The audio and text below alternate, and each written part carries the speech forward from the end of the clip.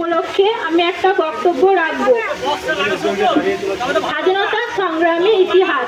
1947 সালে এই 15ই আগস্ট দীর্ঘ 200 বছরের ব্রিটিশ শাসন ও শৃঙ্খল থেকে হয়েছিল আমাদের মহাত্মা গান্ধী, নেতাজি সুভাষচন্দ্র বসু, ভগৎ সিং, ক্ষুদিরাম বসু সহ হাজারো বীর সেনার আত্মত্যাগ ও রক্তক্ষয়ী সংগ্রামের বিনিময়ে অর্জিত হয়েছে আমাদের এই স্বাধীনতা।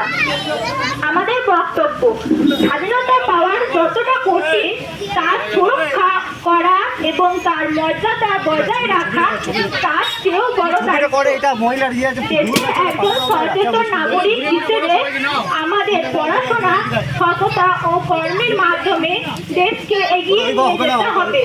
নিজের অন্যায়, দুর্নীতি ও ভেদাভেদ দূর করে একটি শক্তিশালী ও সুন্দর সমাজ গড়ে তোলাই হোক আমাদের আজকের দিনের অঙ্গীকার। উপসংহার, পরিশেষে দেশের জন্য প্রাণ উৎসর্গ করা সমস্ত বীর শহীদদের প্রতি গভীর শ্রদ্ধা জানাই। আসুন আমরা সবাই মিলে প্রতিজ্ঞা করি আমাদের দেশকে আরো সমৃদ্ধ ও শান্তিময় করে তুলব। সবাই ভালো থাকুন, সুস্থ থাকুন। জয় হিন্দ, জয় ভারত, এই বলে বক্তব্য শেষ করলাম।